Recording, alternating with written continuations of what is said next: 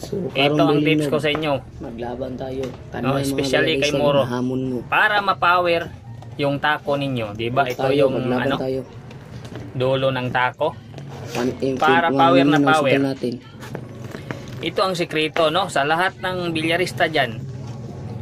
Para power na power yung tako ninyo at makapit at malakas yung singaw. Ito yung dulo ng tako. Tignan natin ang diba, sakit sa utak kayo. Bago ninyo itira, sabi ni Moro, isundot ninyo ito sa puwit ninyo. Pagkatapos dandahan mong uhulbutin. Tapos amuyin mo, 'di ba? Sumisingaw yan, power na power yan. Yan ang manager mo. Sikreto. Yun ang sikreto ng bilyar para power na power yung mga tako ninyo ng mga bakawan. Pangit mo na ang bilinog. Pati ni Ijimana sinahamon mo 3.3 million.